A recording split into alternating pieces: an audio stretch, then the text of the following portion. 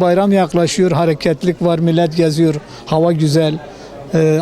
Tatile girince hep hareketlik oluyor. Hafta sonları böyle hareketlik var yani.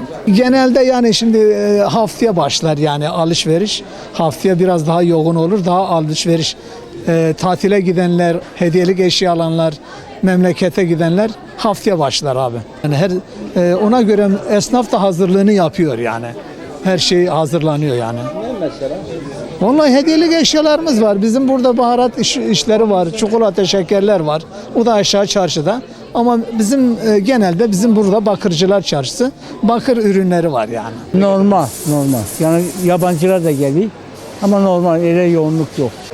Haftaya bu zamanlar bayağı fark eder. Bayram için. Bütün eksiklerimizi tamamladık. Yani baharatlardan eksiklerimiz yok. Yani hepsini temin ettik. İnşallah iyi olur. Bir hafta sonra bayram var. Getirdiğimiz malların hepsi elimizde duruyor yani. Herhangi bir alışveriş yok.